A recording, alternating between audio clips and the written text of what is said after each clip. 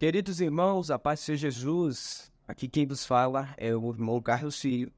E estamos aqui para mais um vídeo do nosso canal, mais um comentário da nossa Escola Bíblica Dominical.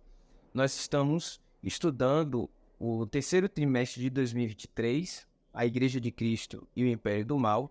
E nós estaremos dando prosseguimento nos estudos do trimestre hoje, estudando a lição de número 7, onde trata do assunto a desconstrução da feminilidade bíblica.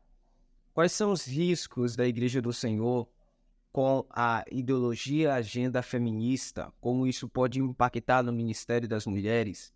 Isso nós vamos aprender diante da palavra de Deus nessa lição. Então eu convido você a pegar a sua lição, a sua Bíblia, pois nós estudaremos um assunto bastante importante nesses minutos que temos na postagem desse vídeo.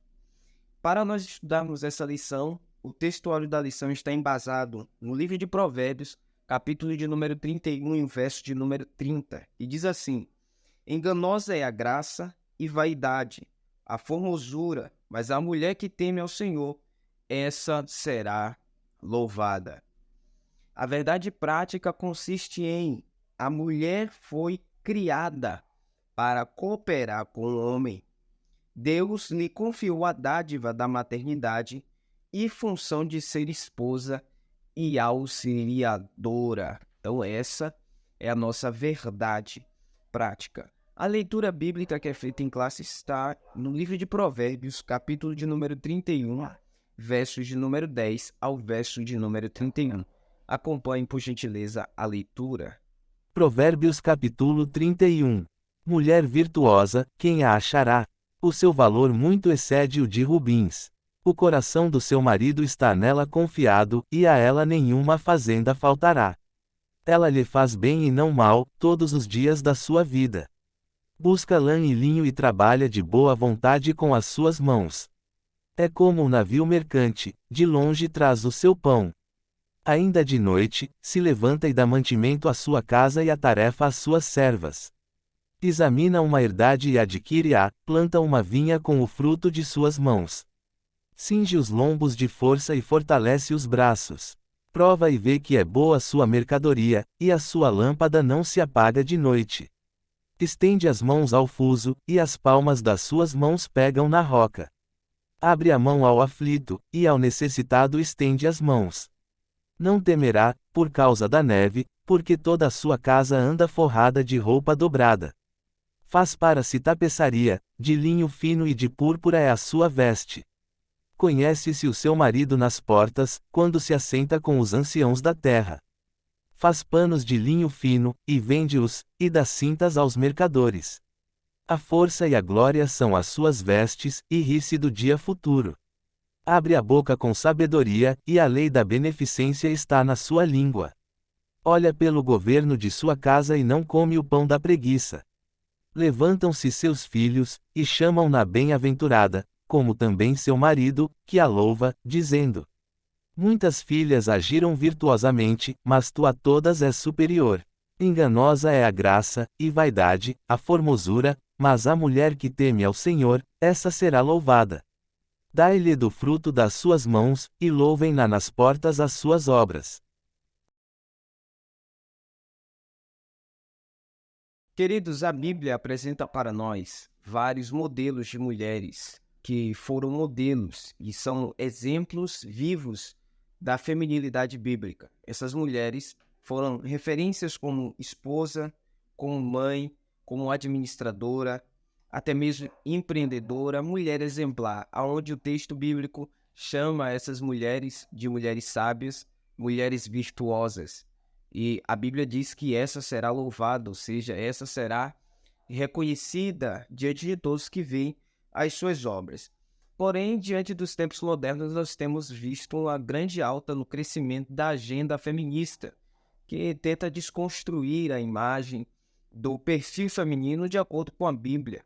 E essas ideologias, quando elas entram no campo e no Ministério das Mulheres, podem fazer um estrago muito grande, porque ao invés de preservar o papel da mulher, tornam-se as mulheres militantes por causas próprias, causas essas que não visam o bem-estar das mulheres, mas sim visa liberdades que estão associadas ao pecado, à desintegração da moral, e sim desvaloriza o papel fundamental que a mulher tem dentro da sociedade. Então, nessa lição, nós vamos estudar sobre a desconstrução da feminilidade bíblica. Essa lição ela vem para nós, para nos pontuar a respeito da feminilidade bíblica, que a Bíblia apresenta sobre o perfil de uma mulher.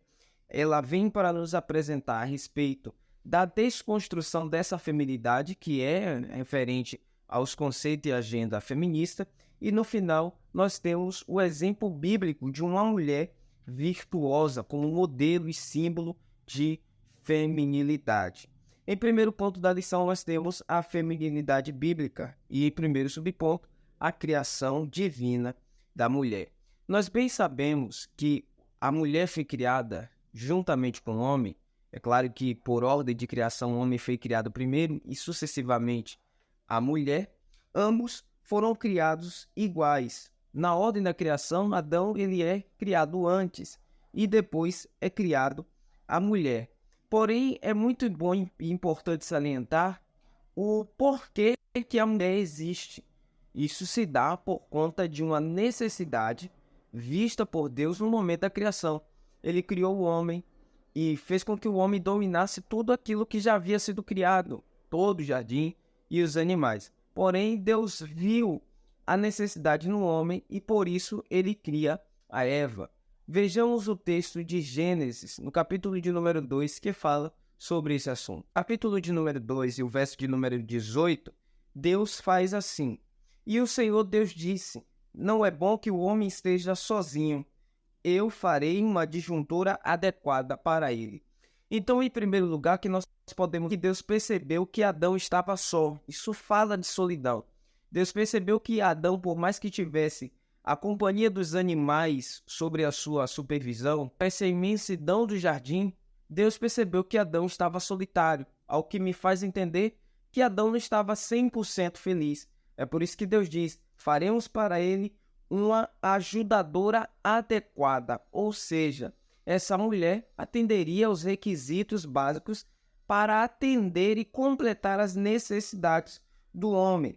Então, a Bíblia diz no verso de número 21, que o Senhor Deus fez um profundo sono cair sobre Adão, e ele dormiu, e ele tomou uma das suas costelas e fechou a carne do seu lugar.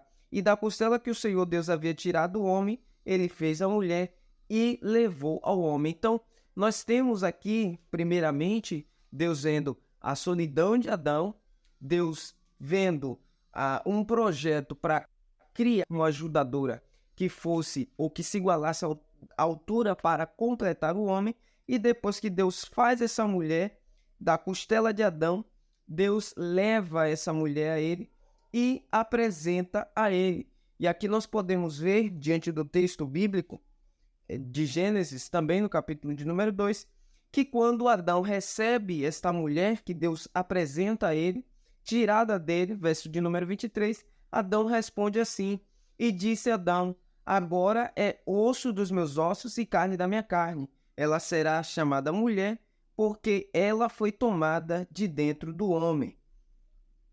Então, nós podemos ver que há uma aceitação de Adão, dessa mulher que Deus fez, tirada dele. E é muito interessante que Deus tira dele e essa mulher vai fazer um papel de completude na vida de Adão. Então, o primeiro ponto sobre a criação divina da mulher é uma necessidade que Deus viu no homem e providenciou ali a saída para essa necessidade, para atender a necessidade do homem.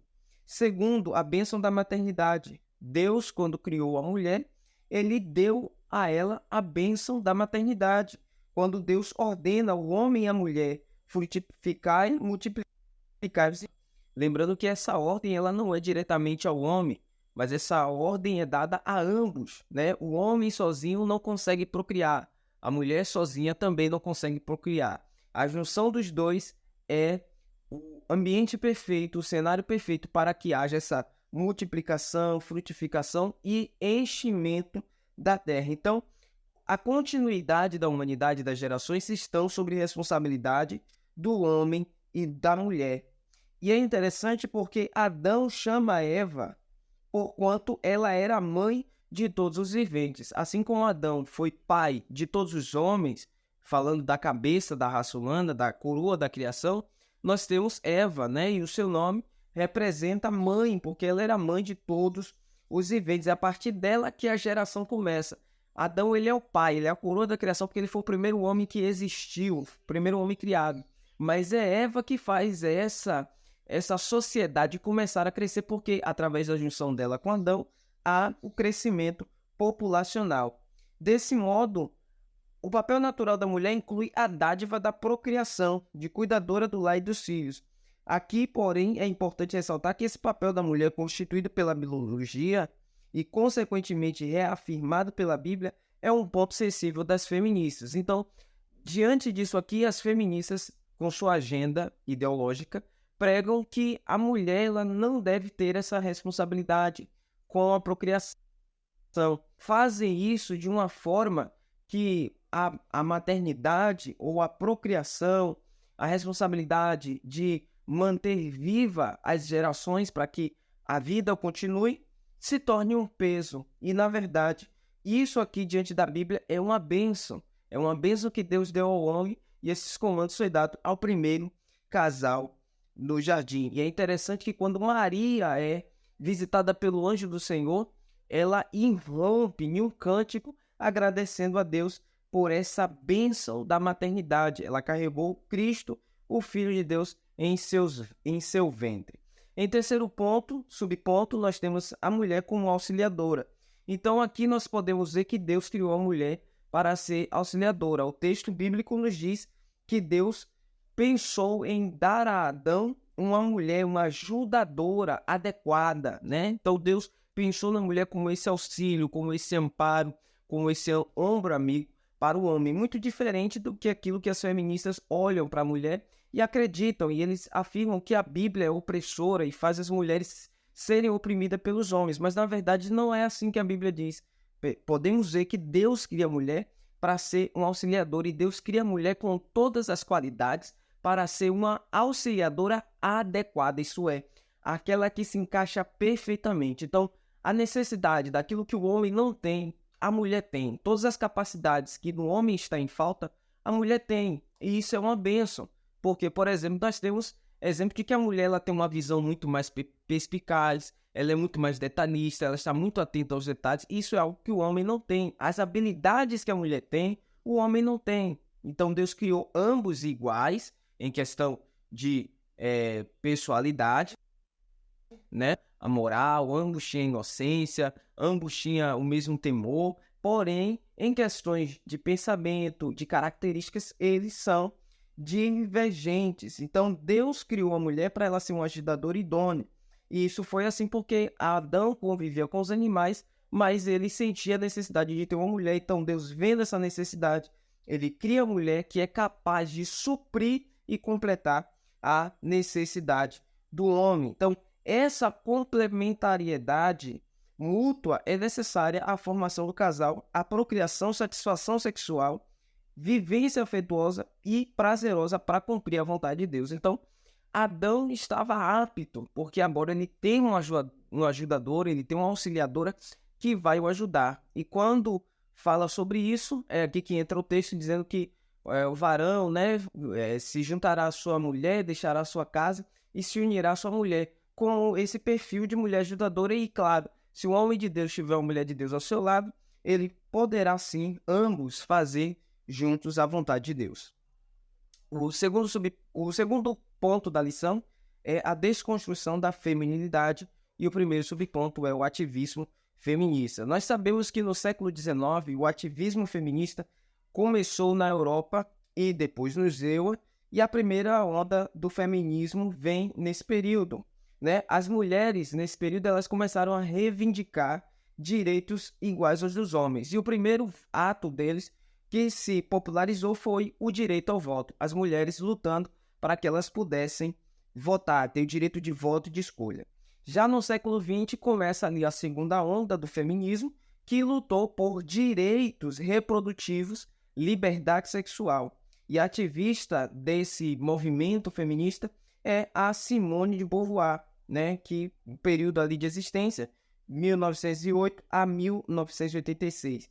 E ela estabelece máximas do feminismo, que são o slogan, né, do feminismo, que não se nasce mulher, se torna mulher, contrariando totalmente aquilo que a Bíblia diz, que a mulher ela já nasce criada, ela nasce já com as características de ajudadora, como Deus colocou em Eva. Então, todas as mulheres já nascem com essa característica de mulher, de auxiliadora, de ajudadora, sendo capaz de suprir a necessidade do seu semelhante, o homem.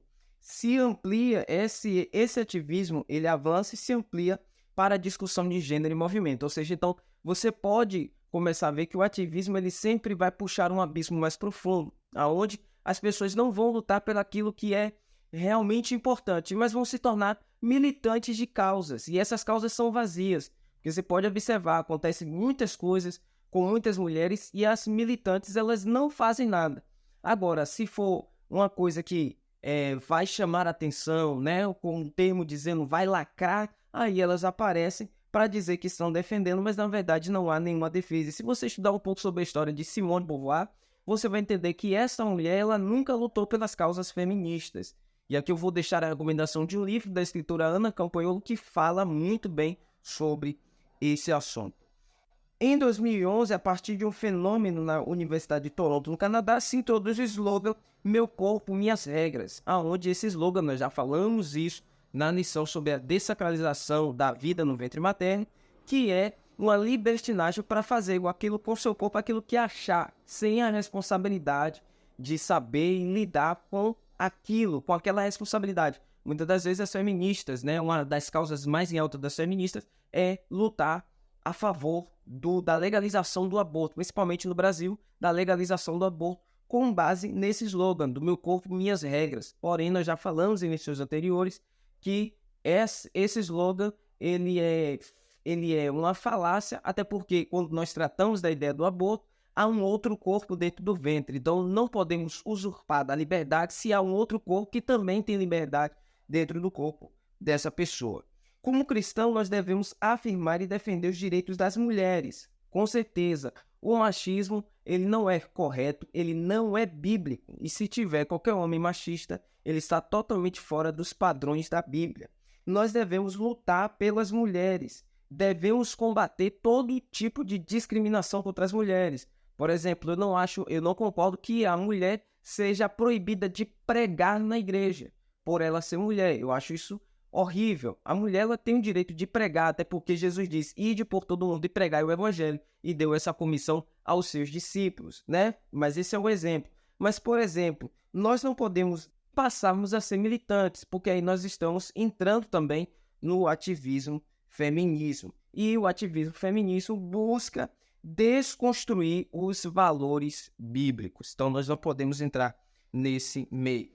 Segundo subponto, a liberdade sexual, né? Essa liberdade sexual, que na verdade é uma libertinagem, está envolvido ali iniciação precoce, né, da vida sexual das mulheres, fora de tempo. Por exemplo, a Bíblia fala que o sexo é algo prazeroso, mas que, do ponto de vista bíblico, ele só é aceito nos limites do casamento, ou seja, para que um homem ou mulher possam se deitar e possam ter o seu prazer sexual, eles precisam ser casados, né? Então, no feminismo, o que é pregado é diferente, né? É que não deve haver esse compromisso, a mulher ela tem liberdade de se deitar com quem ela quiser.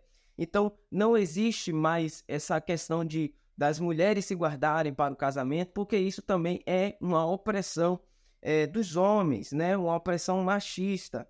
Então, nós vemos que dentre desse ativismo há ali um modelo repressivo que elas defendem que deve ser combatido, né? E que nesse caso aí as mulheres, as feministas vão buscar a liberdade sexual, ou seja, elas escolhem com que elas querem deitar, elas não são fiéis aos seus relacionamentos porque a mulher tem o direito dela, ela não pode ser oprimida, ela não pode ser barrada das suas vontades sexuais, seja com o seu cônjuge ou com qualquer outra pessoa que seja. Então, dentro disso aqui, entra a iniciação sexual precoce, ou seja, ensinando para as jovens que elas não precisam se guardar, elas podem iniciar a sua vida sexual porque elas têm que ter a sua liberdade.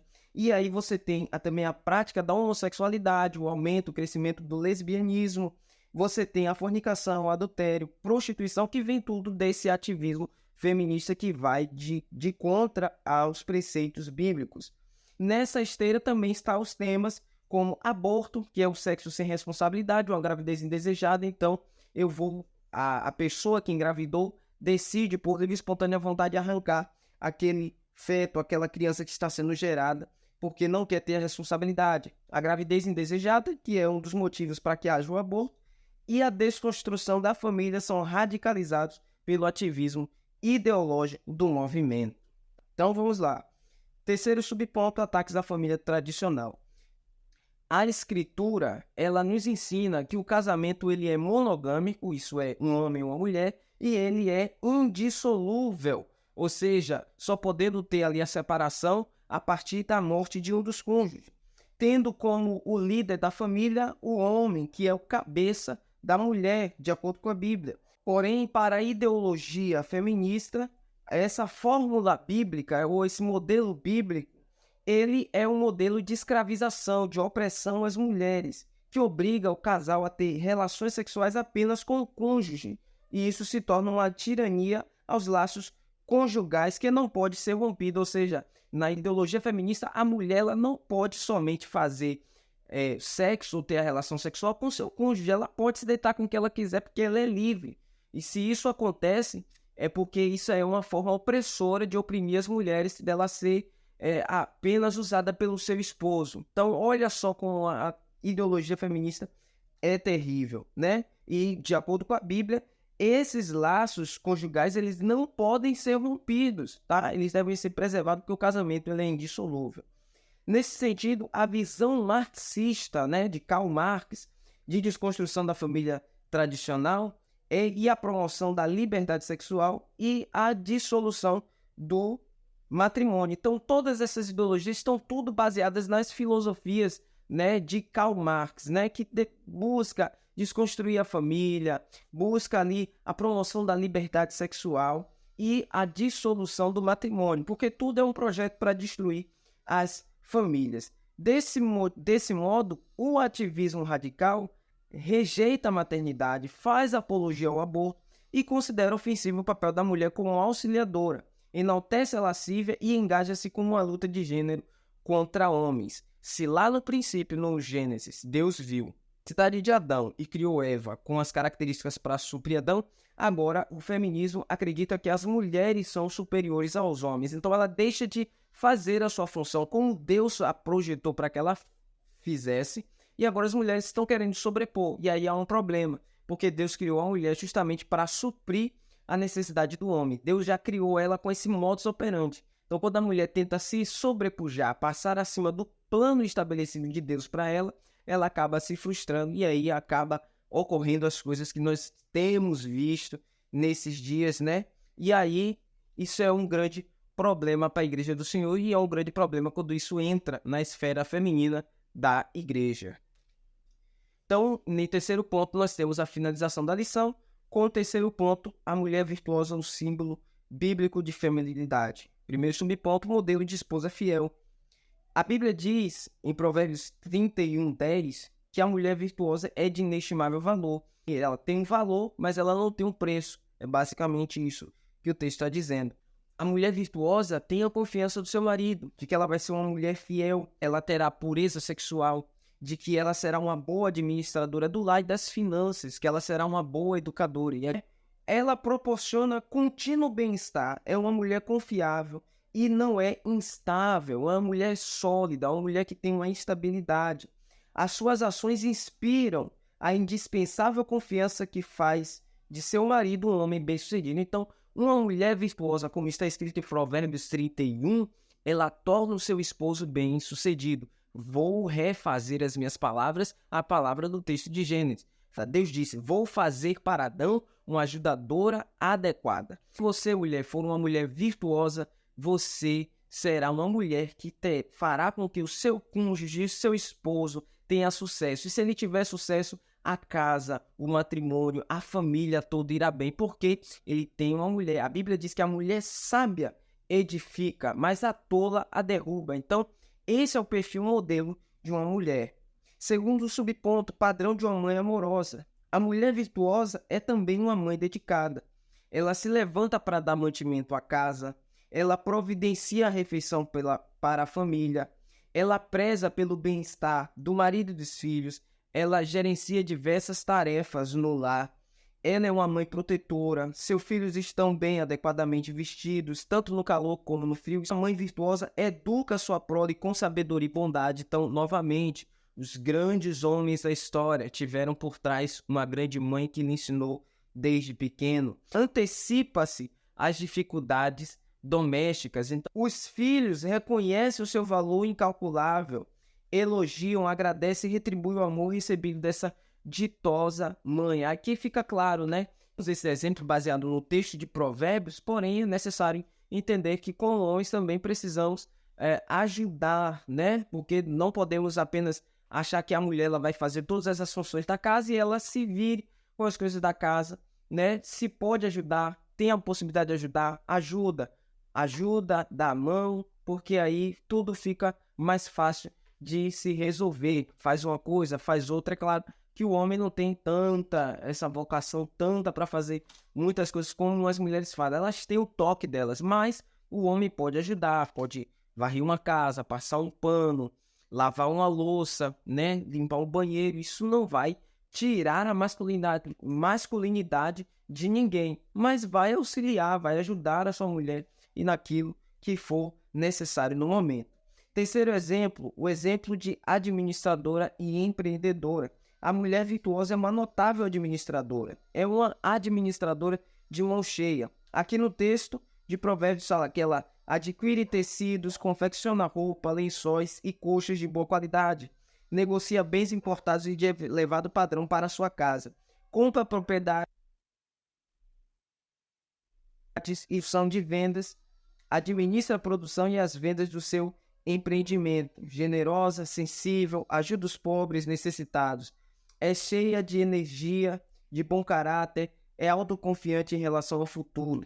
Então, essas são características de tantas outras que tem no texto, falando sobre a característica da mulher. E tem mulheres que elas são de extremo valor, são mulheres que ela se dá muito bem com negócio, compra e venda. Tem mulheres que têm uma mente muito aberta para a administração de finanças, né? Essas mulheres virtuosas que elas sabem administrar muito bem as finanças, entregar muito bem o dinheiro em cada área daquilo que precisa ser feito, e ela consegue gerenciar muito bem, que às vezes pouco dinheiro na mão de uma mulher virtuosa, sábia, que sabe administrar bem, até é lucrativo, rende, o dinheiro sobra, porque ela sabe administrar muito bem. Então esse é um papel de uma boa esposa, de uma administradora, de uma empreendedora, da feminilidade bíblica. Então, se o feminismo está pregando que a Bíblia ela é uma escrita de opressão que tenta escravizar as mulheres, pelo menos não é o que eu vejo diante da Bíblia, né? A Bíblia apresenta para a mulher ali as suas capacidades. A Bíblia enaltece as capacidades da mulher. Vale salientar que Deus usou várias mulheres na Bíblia. Só abrir a Bíblia e você vai ver que Deus usou várias mulheres. O ministério de Jesus foi apoiado pelas mulheres. O ministério dos apóstolos foi apoiado pelas mulheres.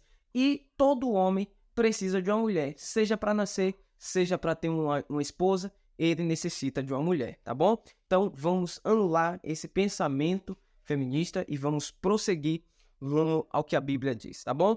Deus abençoe você, eu espero que você tenha gostado da nossa aula, um conteúdo rápido, porém muito sensato e direto, tá bom?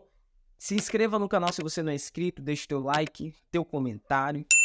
Não esqueça de ativar as notificações, isso é muito importante para que quando o vídeo for postado você receba a notificação e possa assistir o conteúdo. Deus te abençoe e eu espero você na nossa próxima aula.